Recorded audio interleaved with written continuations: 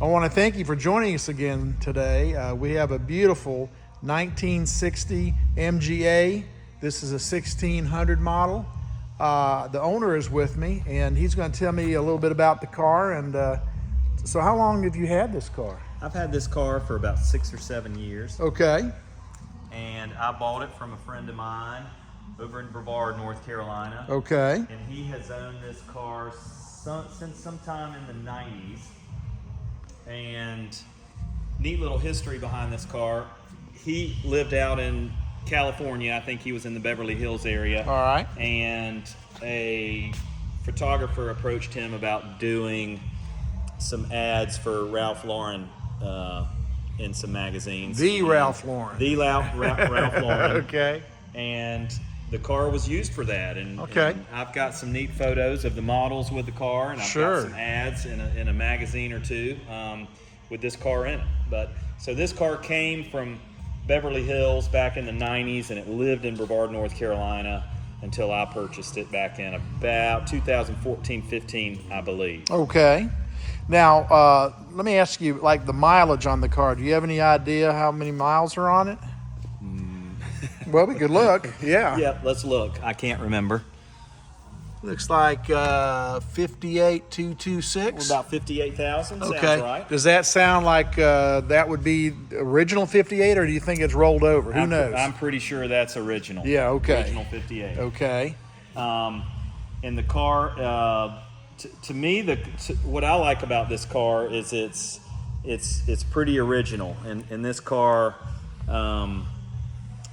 has been driven, and this car has been used, and it's just a bit more authentic.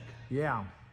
In that respect. So this has not been a museum piece. This has actually been a car that's been enjoyed. It's been enjoyed. And I know first time I saw this car was at a car show recently out in the Mills River area of North Carolina, up in the beautiful Blue Ridge Mountains. And I was pretty impressed with it because it looked to me like it was a car that could be enjoyed. Certainly you can show it, but you can also crank it up and go for a drive. Have you been able to do some of the twisty roads around here? Absolutely. One of my favorite rides is the Blue Ridge Parkway in the fall. Oh, perfect. So I make it a point to take one of my kids and my wife on a drive up the Blue Ridge Parkway. Okay. Many times a year, but fall is probably our favorite.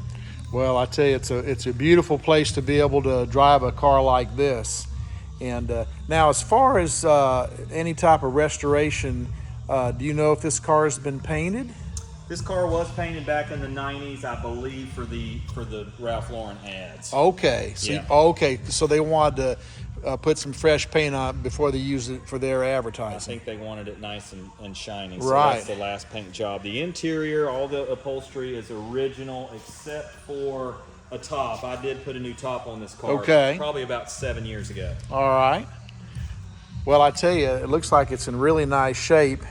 And what type of maintenance have you had to do on the car? Has there been a lot of work you've had to do? Hardly any. Just, okay. Oil changes. That's about it. Okay. I keep it clean. I've kept it in the garage, as did the previous owner. Okay. Car's in good shape. Well, I tell you, that's something I can appreciate, that you've got a car that's not a museum piece, a car that you can actually go out and drive. If somebody wanted to take it to make it a museum piece, they certainly are pretty much along the way pretty far with it. I don't think it would take much to do that. It's really nice. Now, you mentioned you've got a top, a soft top that goes with this? Soft top, yep. Okay. And let's see, now this car, I notice it doesn't have any door handles on, so how do you get into it? Door handle's just a simple cable in here that you pull down and open. Just pull the cable. I can see the cable back over there too. You can see it. All right. Very good. Very good. Got a spot here for side curtains. Okay. It has matching side curtains with the top. Okay. So that way, when you've got the top up, you put the side curtains in, and so if you're out in a little inclement weather, you can handle it. You can handle it. Right. All righty. Well, I tell you, I really appreciate you taking the time to show this beautiful car to us. It's really kind of fun, and you talk about a car of 1960 era. That's going back a long time, and the way cars are built now and how they were built then is two different things. And it's fun to see how cars have evolved over the years. If I'm not mistaken, this car has disc brakes on the front. In 1960, that's pretty cool because you didn't see a lot of disc brakes in 1960. So you got disc on the front and drums in the back, and in American cars, that was pretty rare. It was a few years after that when you started seeing disc brakes. So that was one of the things that were advanced. Now this is a 1600, so that's a straight 4-cylinder motor. Correct. Okay. And as far as the transmission on this, I'm guessing a 4-speed? It is a 4-speed. Okay. All right. We come down and take a look over there. All righty.